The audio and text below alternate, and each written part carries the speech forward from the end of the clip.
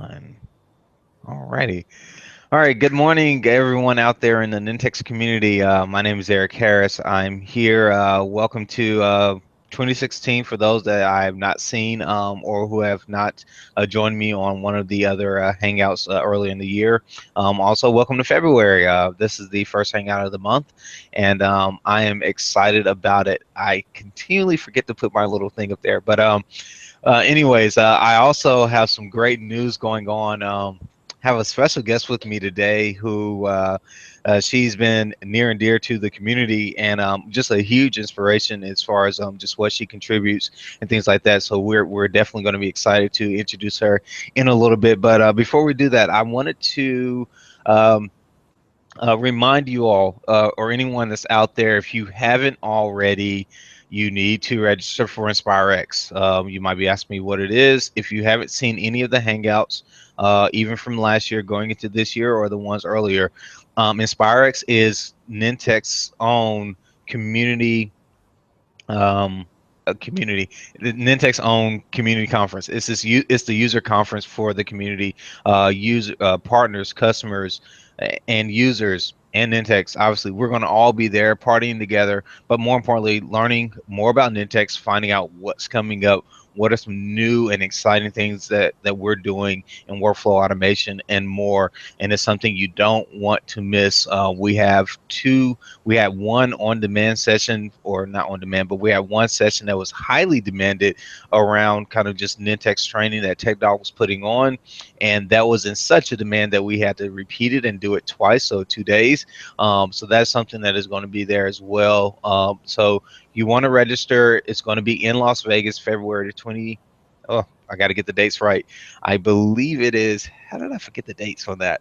That is so funny. The dates are, if I can get this thing right, February the 21st through 22nd through the 24th. There we go. I'm thinking about the 20th, 21st coming in on Sunday. But February 22nd through the 24th, we have the InspireX conference. We have it on our website. If you go to nintex.com, click on the events and webinars, and you will see the InspireX event. Register as soon as you can. The registration does go up. You can also use the Hangout 15 code to get $100 off registration. So that's something else that's available. But definitely register soon. If you know of any partners or any customers or anyone that may want to go, contact us. We have a couple of things for partners. We have some things for you specifically. So please, please, please get to InspireX. I'll be there. I'm actually going to be doing a couple of live hangouts. Also, some people from the partner team. Samantha will be there as well. You may have heard about her. She'll be doing some periscoping events. Frank Field, community manager, will be there as well. So you don't want to miss out. It's going to be an exciting time. It's something that we're all looking forward to meeting you. A lot of you all face to face that we haven't seen before. So definitely, please register. That's about all I can say. I mean, who wouldn't want to hang out with us, right? Or with me. So, anyways, so definitely be there for that, and we look forward to seeing you. Um, One of the other things that I wanted to mention as well was around the new releases. Not sure, and I'm trying to find it up here. Not sure if anybody has, if you all haven't seen the latest releases from Nintex, but there was a big release. One of the biggest things that we released, we did Nintex Mobile over the air. So using the Nintex Mobile Enterprise, and this keyword enterprise there, using Nintex Mobile Enterprise, you can now deploy basically anybody that you send an email address and they are able to download it into their phone. But the bigger thing about that is the fact that you don't have to try to go work with another MDM, or I think is another ADM, one of the three different types of deployment mechanisms to manage that.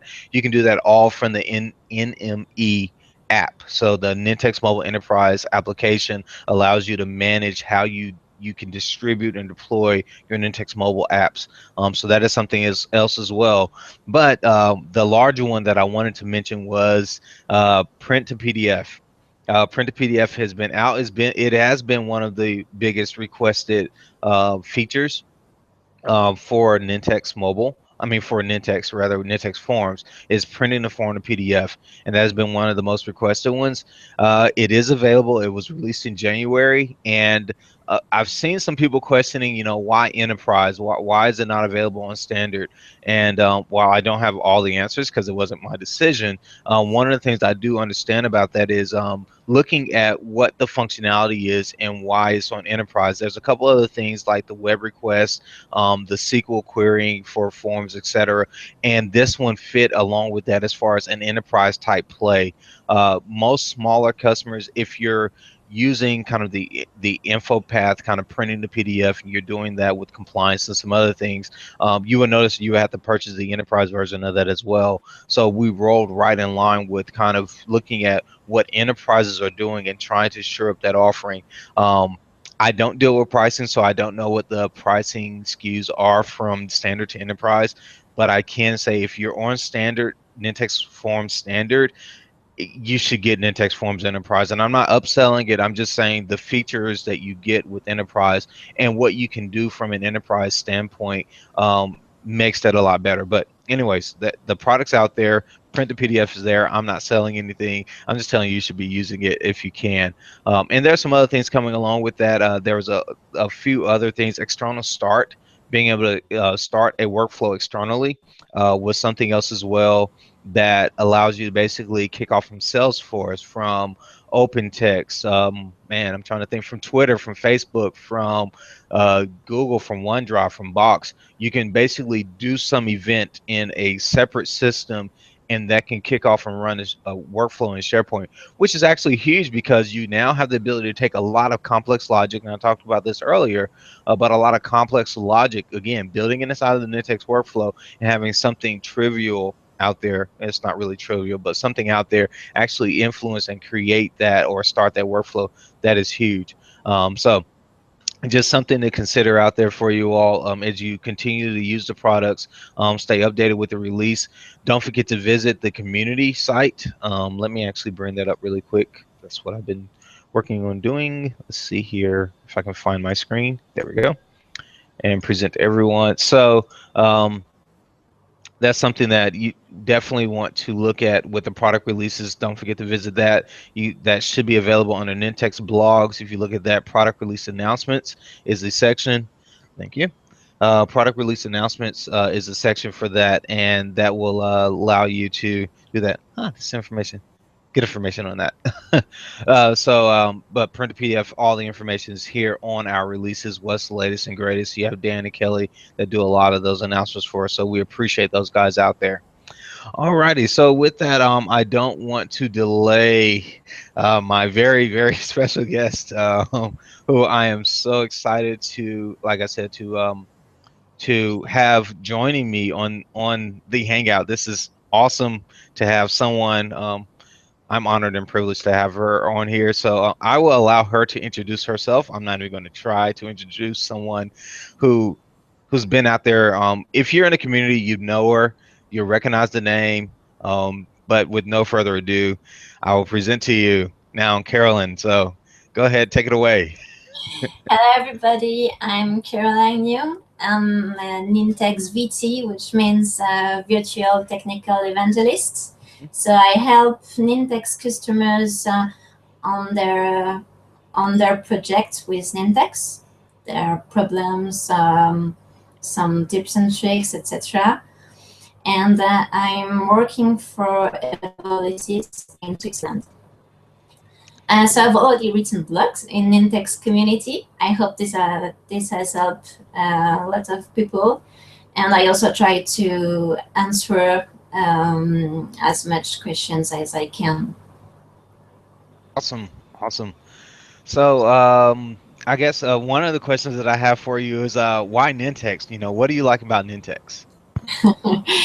Well, actually, before knowing Nintex, I've developed applications for SharePoint with Visual Studio, and I had a lot and a lot of problems of debugging, wasting lot of time doing that. And when I began to use Nintex, it was really a dream.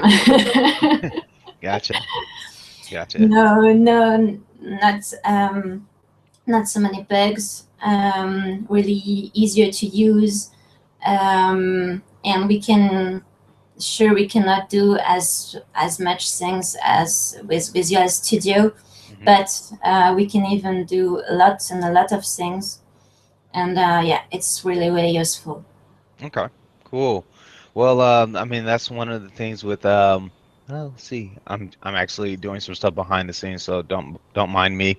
Um, so I guess with Nintex and understanding the difference between that and using Visual Studio, I've done Visual Studio workflows and SharePoint Designer workflows. Would you say that Nintex is easy? That's one of the things I hear a lot of people.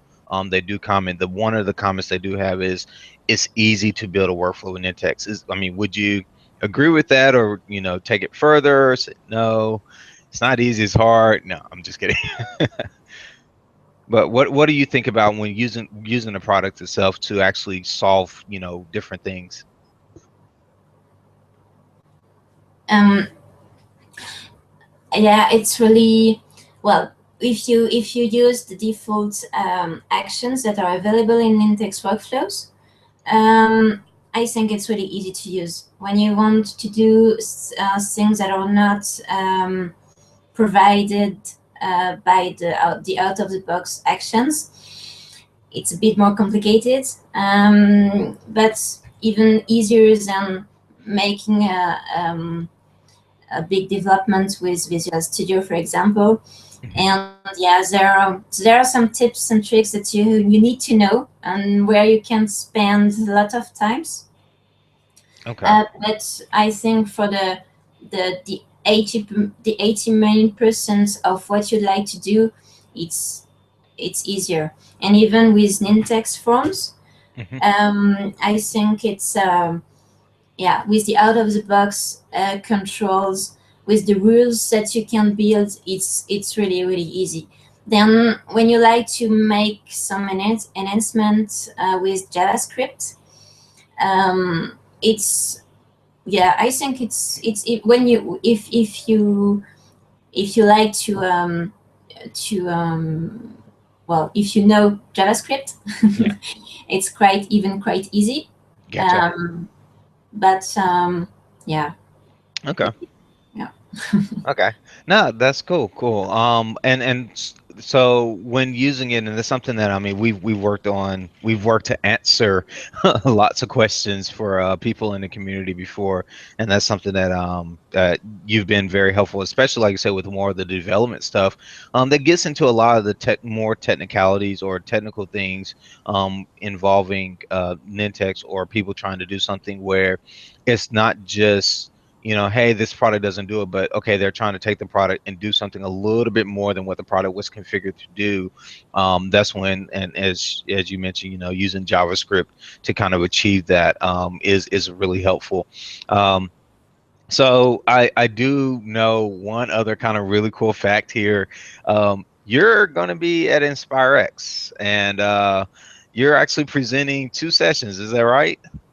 Yeah, it's right. Okay. Okay. Cool. So, what are your thoughts about InspireX? Just in general, like if you had to tell people why they should attend InspireX, what would you say? Outside of coming to your session, of course, because I'm definitely going to be there, at your session. So why would people want to attend InspireX? Well, I think the first thing is meeting Nintex employees, um, people that yeah, maybe you've seen their blogs on Nintex community. Maybe you've emailed them to when you need help with Nintex products. Um, Also, there will be the support. The Nintex support will be there. So if you have questions, if you have problems, I think it's better to directly discuss with people instead of sending emails. Mhm. And also, there will be a lot of great sessions. You will know best practices, news, all the related products, like Draw Loop, Index Mobile, etc. Maybe things that you've never used, and it's maybe the maybe there you will know them. Okay. No, Cool. All right. So you've heard it from her. Wow, what just happened to my screen? I just reversed myself. This is awesome. I can reverse myself. How about that? All right. Sorry, playing around on the computer. Um, you know that those are some very important things. I mean, new products. So if you haven't heard anything about JavaScript, about draw loop, sorry, draw loop people. If you haven't heard anything about draw loop document generation, understanding what that is, we also have a couple of things around Salesforce. So figuring out there's a new ecosystem. It's been out there. It's been existing. CRM, understanding how to interact with Dynamics, with Salesforce, with SAP. There's a host of things that are going to be out there for you, and it's something that you definitely want to get some information on. Also coming away with like I said, we're going to have the tech doll sessions, but being able to go through and get your workflow pro and workflow admin certifications. While you may be thinking, oh yeah, what does that get me? It gets you a lot because one, within the community, you will be recognized as a leader, as someone that's proficient in working with the products, but then also it gives you an understanding of here's some of the things to look at. How do you install, uninstall it? How do you use it? How do you go through and actually manage the workflow task list? Things that are important when using Nintex. And there's a lot of things that people just really take for granted and they don't understand. So those are things that are key. Um, the two sessions, one of the sessions that I know Carolyn will be speaking on is the SharePoint 2013 REST API and web request in Nintex workflow.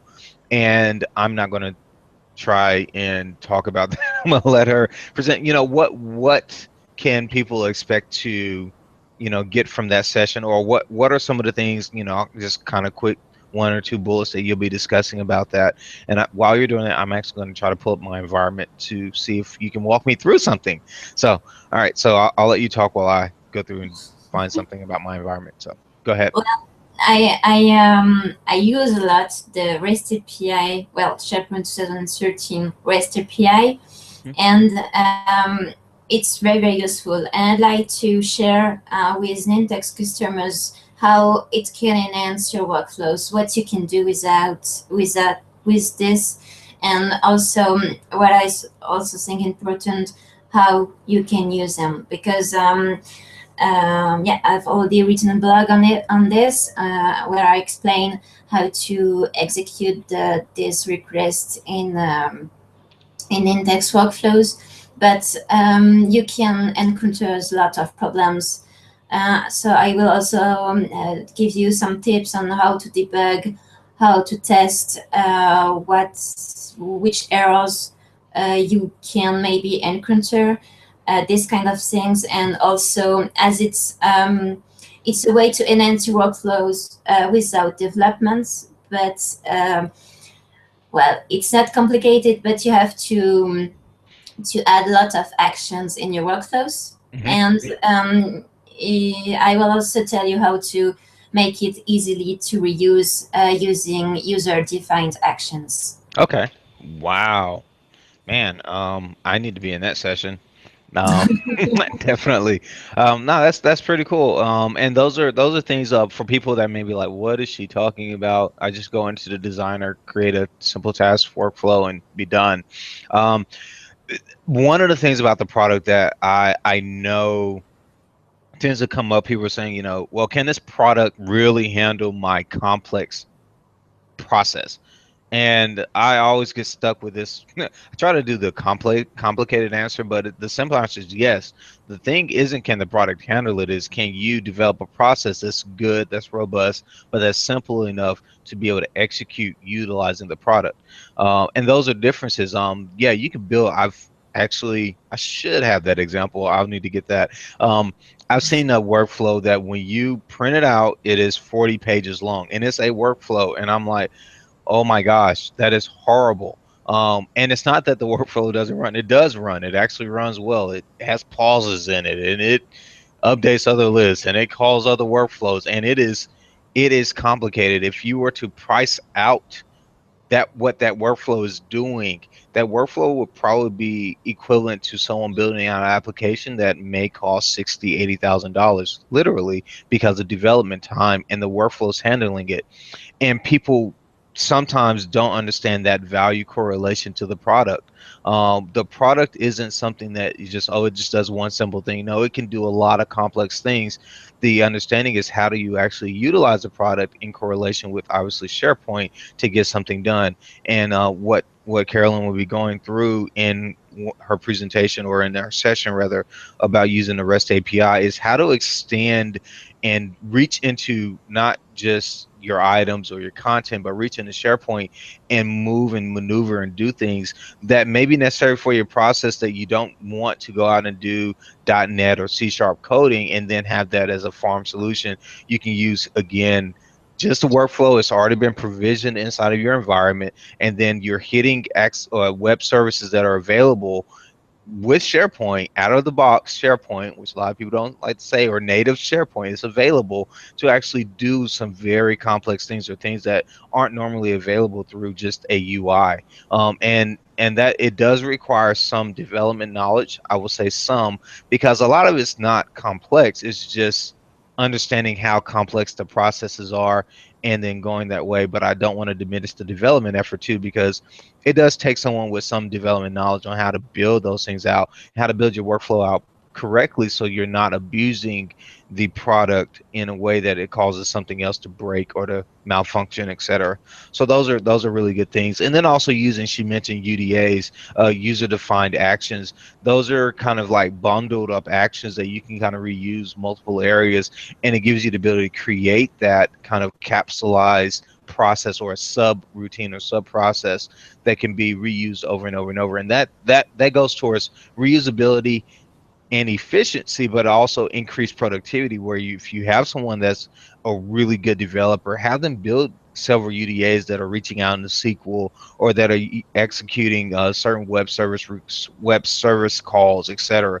And then that way your regular users or your power users who may not understand that can just go in and grab one and say, okay, I need to go out and access something from SAP even, and pull that data back in, or they're reaching out and doing something with Salesforce or whatever. That UDA handles that part of the process, and then they can go on about building out their approval pieces or their review pieces, etc. So those are ways that you can do that, and that's something that should be covering in our session, and be covered by in some other ways by some other people giving examples of how they've done that inside of their organizations as customers. So definitely something to look forward to, something that I recommend.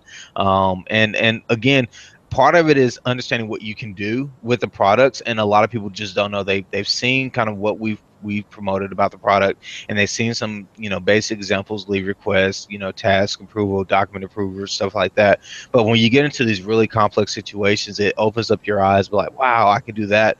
And then you start to look at your processes a little different to figure out, okay, what can I do? How can I use this? And it's really about putting pieces together to make the entire puzzle show that one picture of automated processing. So definitely be on the lookout for that. And yeah, join a session. So this session is going to be, I did see that this session is going to be Monday morning. Is it Monday? No, Monday 3 p.m. Yeah. Yes, let me get that wrong. Monday at 3 p.m. she'll be talking about this. So if you're going to InspireX, check out the session Monday at 3 p.m. And yeah, be excited to see what you can, what inspires you, or what you walk away with being inspired to do and achieve as well. So Yeah, awesome. it's also that if you have questions, if you've already tried to use the SharePoint 2013 REST API and you didn't manage to because of any reason, you can come and ask your questions. I will be happy to answer you. Awesome. Wow. So firsthand, I mean, from the expert herself, you get questions and answers. That's, I mean, hey, I, I'm going to be in there asking questions, be like, hey, can I do this? I haven't tried that. And a lot of I haven't even tried. I've done a lot of different things with workflows, and there's some things that with the REST API I haven't done. The workflow using the REST API is really cool. You can actually invoke and push data into another list via the REST API from one workflow to another to kick off things and to manipulate data. It's it's one of the things, again, it's like it's development but non-development. It's kind of weird. I don't want to say that, but it's like it's low code is what it is. And you're not pushing something to the farm you're literally doing it from a almost client side aspect, which is yeah, it's kind of client side. but it's you're not affecting the farm, which is one of the biggest things that even Microsoft's pushing people to get away from is, stop deploying stuff to the farm, stop deploying stuff to the GAC, etc. Nintex is already there, and you can use everything on that end, and it also makes managing that a lot easier. So definitely keen to look at that. I've been trying to find a couple. I actually had a couple of questions come up, and let's see if Carolyn can actually help me answer these questions if I can find them on the community. So let me find the question first, and Yeah, to talk about the SharePoint 713 REST API. So this is to read and update data in SharePoint, and maybe you've already wanted to use the query list action or update list item, and you say, oh, in my workflow, I don't know the list name, so I cannot use this action because I have to choose one list in one list item, one list in the drop down list. And when I design my workflow, I don't know the list. So with the REST API, you can retrieve items from a list where you only know the name, and that the name is in a workflow variable. mhm. So it can also enhance the search action when you'd like to search items in SharePoint, and you like to use the search engine, and you have custom managed properties, and the out of the box Nintex action doesn't allow you to choose custom managed properties. So Mhm. you can do that with REST API. You can also create SharePoint groups, which you cannot do with out of the box Nintex actions. So these are a few examples, and I will, in this very section, I will tell you all that you can do with it. Cool, awesome. See, so we can definitely learn something. What does the because I don't have any examples. I kind of wanted to show somebody I don't have any examples in front of me. Do you Are you more familiar with the on-prem SharePoint on-prem environment? Because if so, then I can try to find my instance and stand that up to show an example of of doing something with the REST API. Yes, I'm more familiar with the on-premise, but Okay. I've already tested it in SharePoint Online, Okay.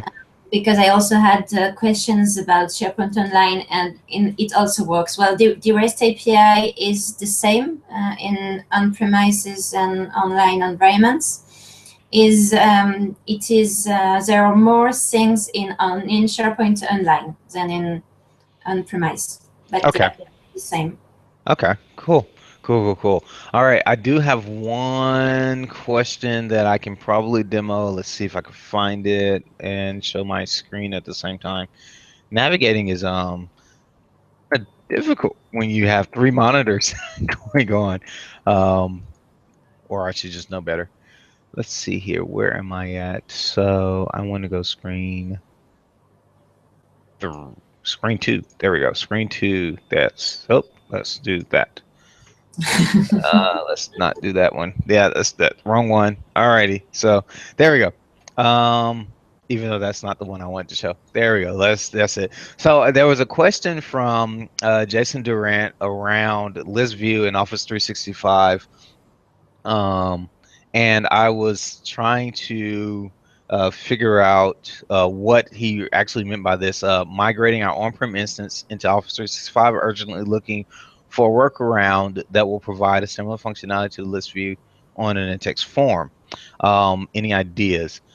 I sent a response in and I told him I was like, I actually don't really understand specifically what you're attempting to do, and why that would be kind of complicated. So, let's actually attempt to see what may be possible out here just in general, um, and go from there. So we'll see. Um, All right, so Nintex form. So I have a form here, and this is a basic form, and see if we could do a list view. So I'm actually just going to delete these fields really quick if I can grab those and delete. I did that just to kind of create space. And in SharePoint, I'm gonna pull in a list lookup. I think this is probably not what I'm supposed to be doing. Where is the other ones? Let's just keep going with it. The list lookup.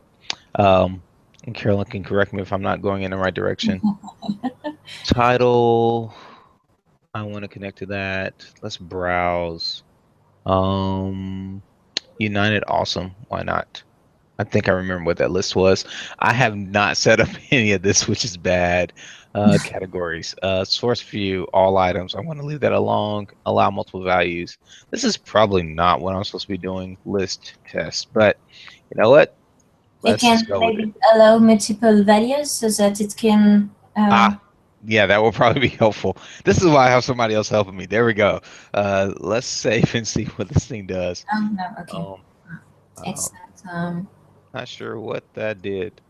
I think that they wanted to display items from a list Yeah, I because did. And is that not okay, let's see here. I thought I knew what I was doing because I didn't prepare, which is typical. Why am I not doing? Okay, so I don't think that this setup was the way I wanted. Oh, on 365. This is not, I know this is not what he wanted. Now that I think about it. And also I don't have anything in my list item. That's great. United Awesome doesn't have anything in the list. Of course not.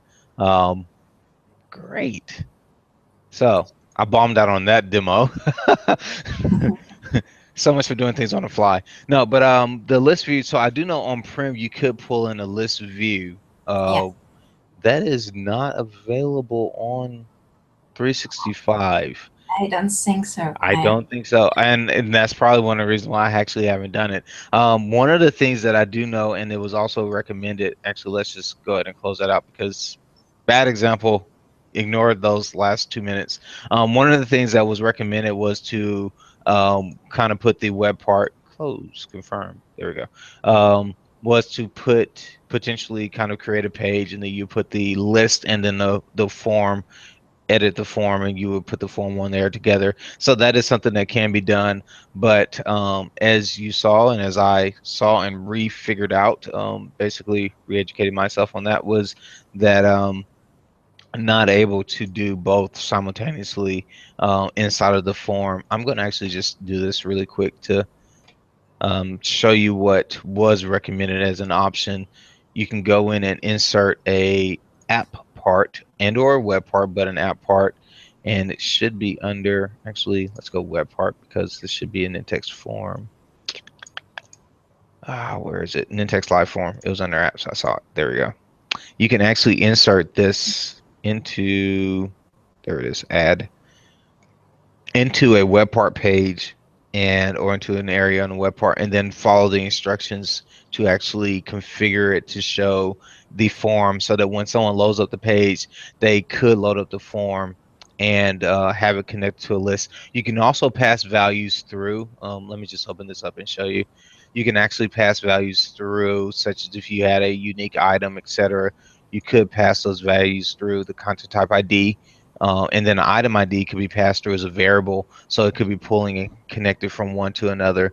So those are some things that are available. So this right here, allow connections, is how you would do that. And just for example, I will see if I can do that. So send row data to, or send parameters to, etc. So you are able to do that in some capacity, and then also reading from the URL. So reading a variable from the URL, some things that you can do on that. I am going to spend a little bit more time on this to figure out exactly how I can set that up, because I like to close out my demos and not leave them wide open. But anyways, we'll we'll continue since I definitely didn't do a good job of explaining that one. My apologies on that. But Frank actually sent me over a question, which is cool. Thank you so very much, Frank, for helping on that. from Scott Rattray, talking about allowing business users to build forms and workflows. My company we recently got. Oh, Carolyn, you actually might be able to answer this one.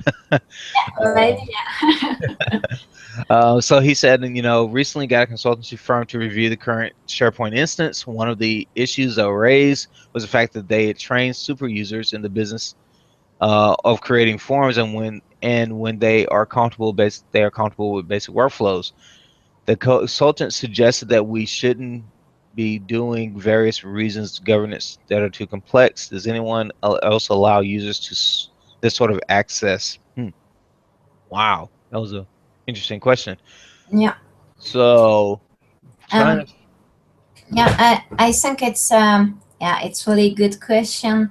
Um, well, you have to be aware that well, all the side effects that that the workflows can have on your SharePoint form. So this is why you can, well, if you really well manage your Nintex and SharePoint farm, I think that you can be alerted if there are things that will make errors or things like that. Well, okay. I'm not very clear. No, well, the question was the question was kind of wide open ended, but I agree with you. Understanding what the workflows can do, understanding what your users have access to. You don't want to necessarily, in my opinion, you don't want to restrict users from being able to create workflows as much as you want to make sure the users have the right permissions to the right types of workflows or content the workflows are touching, which would be process management. That's not necessarily workflow or forms management, but it's more your process management. So if they're creating, for example, a list that's doing document approval, making sure that when they go through and if they're using item permissions or setting item permissions inside the workflow, that they aren't necessarily restricting someone that needs to approve it. So they understand more what SharePoint is doing and not necessarily Nintex per se. Yeah, I'm it's kind of it's kind of weird to go that route because a lot of it's actually if you don't understand SharePoint practices, you tend to abuse them when you get a tool like Nintex, and then it exacerbates what makes the issue a lot bigger because you're automating something. So it's one thing when you go and you have to click, but when you automate that, it just makes it like it happens a lot faster, a lot quicker. But yeah, I think governance around that is something. But building workflows and forms, I would say empower your users that if they know the process, give them an ability to create the workflow of the form, and then put maybe a review process around, okay, where are your lists, what are the permissions being used, how are you going to do cleanup, and things like that around the workflow and the form itself, and those are things that should help in managing that, or at least provide some level of governance and kind of accountability for what they're asking for. yeah. um, In SharePoint, with SharePoint and Nintex, there is many ways of doing one thing. So, well, each way of doing it has its pros and cons. So you have to well know that, and that's why business users know what they want. Maybe if they don't know very good SharePoint, they mhm. don't know if it's better to create a list, add items, or maybe having another way of doing it. So, and it can have side effects because there is a limit number of items that can be stored in a list. For example, there is also limitation regarding the security when you break rules. When you break rules on each list items in a list, there are limitations, and then if you if you don't respect that, there will be errors, or you can have performance issues if a lot of items are created, etc. So it's yeah, it's well, you have to know all these such things. So yeah, I think it's maybe better to let people that um, are trained. Yeah. Yeah, Yeah. definitely trained. Definitely, definitely trained. So here's a really cool one. Frank's on it. Uh, he's he found one that you responded to. And I would like you to kind of help, well, I guess kind of give some context into what, what led you into the answer. I know you're probably like, hey, I just saw this one again. What is this talking about?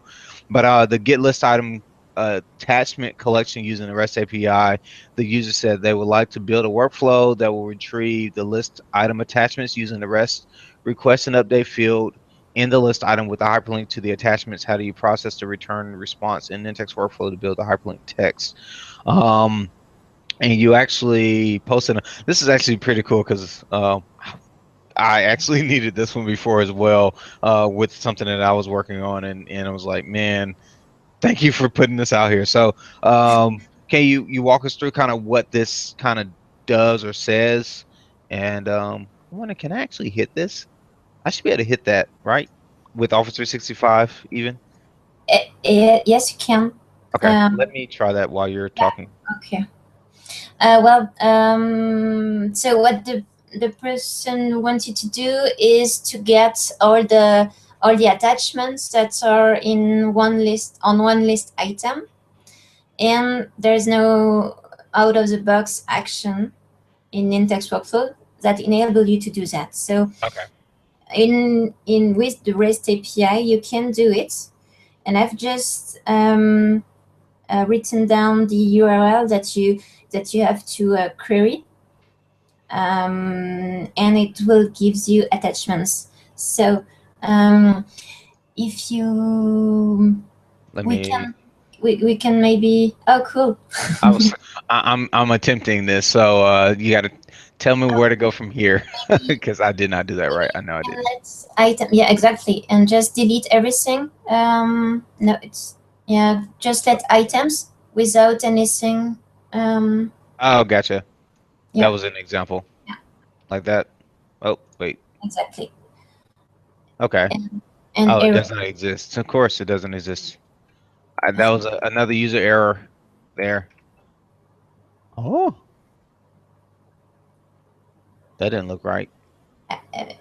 Okay, so you Do I have need to an start over? answer. I should Okay. probably start over, right? With this query, you get all the items that are in the purchase list. I don't Oh, know if you have Notepad plus plus. I do have no Plat Plus Plus. Cool. I don't know if you have um, Let's a see if I can pull it up. yeah, because there is a plugin. I don't know if you have it, but there is a plugin in Notepad plus plus, where you can copy paste XML, and then you can indent this XML so that it's easier to read. Gotcha. Oh You, man, why don't I have? I thought I had Notepad Plus Plus on my computer. I really did. No, I don't have Notepad Plus Plus on my computer. Why don't? well, I'm not a developer. I don't have it. Oh my gosh. yeah, but So this is ugly. Yes, that's that's easy to read that. yes, it's definitely ugly, but I mean, but I do understand. I mean, yeah, you definitely have to have something where it does XML indentation. Yeah, It tells you different things, and and stuff I like that. noticed that there is an item with ID 1 and 2. Hmm. So maybe you can edit the URL in Chrome and add a parenthesis with the number 2 inside it. Like that. Yeah. And And then click if we hit enter. enter, Yeah. So so now we all right, have all the fields of the item which ID is 2. okay, okay. So And what you can see live, people. This is live. This isn't someone making it up. This is live editing with the REST API. no, REST, yes, REST API and pulling back data from SharePoint. Um, I bet you there's a lot of people out there that are like, "Oh my God, what is this?" And then there's other people like her that's like, "Ooh, I know what I'm looking at." But in theory, what you can do is you get back all the information. I'm actually going to open up exactly what I'm looking at so that people can correlate the two together. Really quick. Let's see if I can do this. Should be able to go back to my site. I'm actually looking at. I pulled in the purchase list. So let's go to the purchase list. It's just an example list that I created, so Yeah. you can see it's actually pulling in one of. It's actually it should be pulling in. This is. I look down here. List item 4. Where is it? Content type 3, 2. So the one that she just pulled in specifically is this list item here. Once this loads Okay. up the form, so it pulled this one back in. So this is what the data looks like on the front end, and this is what the data looks like on the back end. Yeah. Pretty cool And stuff here. maybe more information, um, because there may be hidden columns, Hmm. and these Yeah, hidden columns are accessible with the REST API. And gotcha. yeah, you can then do a lot of things, like you can also um, edit the breaking the rules, the permissions on this list. Oh, okay. Wow, Yes, that's you can. pretty that's pretty intense. But yeah, so and I mean I've actually done it before, so I'm acting a little surprised. But one of the things you can do with this, so say for example you have a form and the form is designed, it has a restrictive view. Let's see if I can find another list with a form that has a restrictive view. This one I don't remember putting a form on this one. I didn't put a form on that one. I don't have one with a form. Great. But there's a yeah, this might be one. No, of course not. Anyway, so say you have a form and it's restricted and you only have certain fields that you want, but you need to be able to view or actually pull out other fields. You can actually use the REST API to hit like she said, the hidden columns to be able to find other data. And and that will allow you to then either look at the data, view the data, or do other things with it, updates, pushes, pulls, reading, whatever stuff that gets into more what I would consider development type stuff. But all this stuff's right here, and it is pretty interesting. So it tells you the item number, the list, the title, who created it, and it's a lot of information in there, and it's all available. I didn't type any real code as much as knowing, what to append here, and I actually pulled that out of her example case, which Yeah. she actually loaded in here. So. Um, I will get Frank to mark that answer correct because that is the correct answer on that. So kudos to you for answering that correctly, but then also providing that scope of kind of what the user is trying to do. And I'll post this segment that we talked about that up on here as well for people to see kind of a little bit more context too. But thank you for that. Um, this one's a little scary, so I'm just gonna go to another one. Let's see here. Uh, this one, how do I call a SharePoint 2013? How do I call SharePoint 2013 REST APIs from Nintex form? Yes, Um, exactly. Because actually, SharePoint REST APIs are web requests. mhm. So you can do that in JavaScript. You can Okay. call a web request with JavaScript, and the way you build the URL is exactly the same if you use JavaScript or Nintex workflow. So Okay. Yeah, so yeah, I assume, yeah, that makes sense. So JavaScript would be the same. You're just putting it in context to the workflow versus, I mean, yeah, the form versus the workflow. there are Um, there are small differences, but um, Great. generally it's quite the same. Okay. And if you're wondering where you would place that JavaScript, I just did that. Open up your Nintex form, go to form settings, and you'll see custom JavaScript. You can then place your JavaScript here. So you would be like referencing, Java or script slash whatever, and then you would place the URL. And the URL again would be something such as maybe not this specifically, but something of this nature or whatever you're trying to do with the REST API, you'll place a URL into here, and then when the form executes on run, or even display, it should actually run that piece of code. Yeah, and maybe it can be a way of having a list view in Office 365 regarding that. I knew that was coming. I was like, no. As soon as I saw that, I was like, oh crap. Yep, you could do that. I probably should have created But that. yeah, it needs JavaScript, and then you have to correctly add HTML tags Mhm. to the Yep. form to be well presented. So Yes. yeah, it needs JavaScript, and when you add JavaScript to forms, it always needs maintenance. Okay. Yes. Yes, that is correct. So, if you so again, just kind of what you were saying, and it's something that can be done. Use the REST API. You would basically call the list, and it's what we did here. If I can find my mouse, there we go. Oh, let me present that again really quick. Screen two. So it's what we did here, where instead of doing items, we would do all items. So that calls all the items. So we have all the items, and then you would take so the JavaScript in combination with HTML and potentially CSS, but more HTML. You format this output so that it renders in a tabular format or a table format where you show like table, whatever your rows and columns are. You want to present that in a nice manner, and then that could be injected into the form setting custom JavaScript here, such that when it runs, it actually could present a tabular of that REST call coming back with that SharePoint list information. So that is something that can be done. I was teeing that up so that she could answer that question and knock it out the park. So I hope everyone likes how we did that. That was a surprise question out the blue. So I wanted to show she's an expert. You should listen to what she says because she's actually right about that. So good job, good job.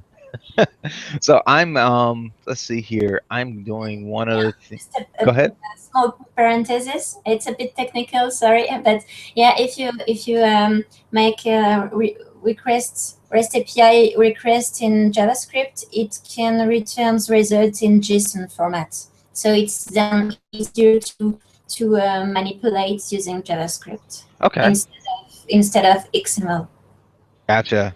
Gotcha. So if you don't really understand what she's saying, two things. No, because I mean I get it, but I can I feel for some of the people who are like, I just use Nintex. I don't really know, but I want to know two things. One, come to InspireX, go to her session. She's going to deep dive into this. And then the second one is let's see here. What am I thinking? The second one is, oh, ping her on the community and ask a question. Thursday, right? It's very easy. Let's see. So I was trying to add Frank, and I could not figure out my URL to do that, so that he can come on here and do it. So he did shoot me over a little message, and so one of the things I wanted to say is in Inspirex speakers, if you visit the all right. Let me just go do all of this at one time, since I'm confusing my own self. He put one in in all caps. Use search on the community. I guess I could do the same thing, right? Let's see if I can actually do this. But use search on the community, and using search. This is great to use search, but one of the other things about it as well is hit enter once you type in your search query in here to bring up the actual search page, um, and that helps to that will help to get you the list. But what that also does is it helps the community kind of train itself, the software behind it, train itself on what people are searching for. Just typing in search up here is great because it does. So I can do like tag or something like that, and it will give you some filters, but it's not recorded because you haven't actually punched it in to say, hey, I want to pull back any and every content related to this, or any blogs or anything that have been related to this. So once you actually hit enter there, and it brings up the actual search page, which is not what it did. I had it cached from the other link that I had actually clicked on before. But say, for example, you come in here, you type in tagged and hit enter, when it brings up this search page, it's actually recording that, and that's something that it's just a simple, one more step, but it helps the community to start to tailor and tag things appropriately and understand, all right, what are you searching for, and how can I help you find some of the things you may be looking for. So definitely great about that. I am asking him a question about, because he said InspireX, and I'm looking for it, and I should go to news. And I'm being corrected on it, which is great. It is called the it's called dynamic search. Hidden return actually records the records for search and us, but it also shows answer questions as well that turn from blue to green. So you obviously, if you're doing anything, the you want to see the green because green are the ones that are answered, and blue are the ones that need to be answered. So you can potentially go out to a blue one and answer it for us, and we'll turn it green for you, just like this one that Carolyn has answered for us. There we go. So cool. This is funny. Frank is like completely on it. He's been helping out. So speakers that are out here, the speakers that will be at the be at the conference. Um, they are posting out blogs. They're posting out things. We're talking about them. Jason Keller is going to be helping to do the Tech Dog sessions. This is where you can find information on anything relative to InspireX. So really good information out here. And see here, what else? Oh, I almost forgot. Sorry, Carol. I almost forgot. She has another session. It's going on Tuesday. How could I forget that? Talk about the other session really quick, because this is actually something that's really big. It's governance. Talk about that really quick. Wow, Yeah, can't believe I forgot about that. it will be with Vadim Tabakman and Brad Olek, and it will be about Nintex workflow governance. So all what we've talking about during the beginning of this hangouts regarding the best practices that you need to do with Nintex workflow, how you can control who has access to what when there are designers, workflow designers, which actions, etc., and Okay. also which data are produced by Nintex workflow and where they are stored, and also what you need to do with this data, Okay. because they are not automatically deleted. So you have to well manage that to not have side effects on your SharePoint form. This means no sorry no errors that Yep. can occur randomly. No sorry, I don't have the word. No, no, you're good. It's all wrapped around this big word called governance. Yeah, no performance issues, etc. Because I've a lot of customers that already had performance issues and errors that occur randomly, and this is because there are no Nintex workflow governance that are in place.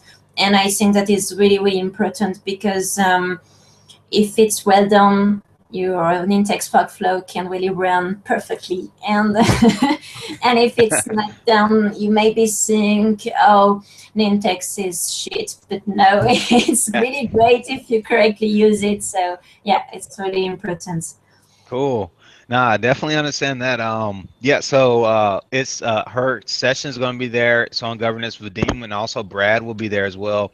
Two of the TEs from Nintex. I'm sure you've all seen them. They're part of the Workflow Pros group, along with Sean Feen. And they actually have webinars going on. I need to get the list of those. You definitely don't want to miss it. We have a lot of good stuff coming up this year. regarding content, and they're actually doing series. So it's things that if you want to get some extra tips, you want to figure out something, they actually do a little bit more of a deep dive than what I do with the Hangouts. And it's really good because they focus on and they hone in on specific topics, such as forms, mobile, or demystifying your workflow. I know that's one of them that I believe Brad will be doing a webinar on as well. But no, this is awesome.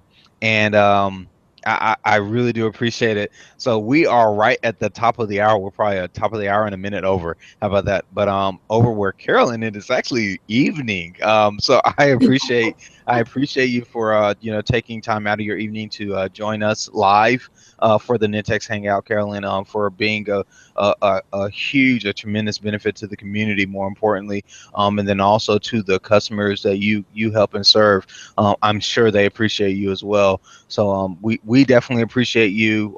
Look forward to meet you in person, not digitally, but in person at InspireX. And definitely, if you're going to be there, if you're a speaker or a presenter at InspireX, get out here onto the Nintex Connect and blog about it. Let people know what content they can expect and why they should be coming to your sessions. We're not in a grab all or fight, but we really want to know what the benefits are and what those things are. So we're definitely looking forward to that, and it's about educating and sharing that information and knowledge. So we're excited. But until next time, which will be in 2 weeks, look forward to seeing you again at InspireX. I will be doing some live hangouts there as well. Frank and, like I said, Samantha will be doing Periscope sessions.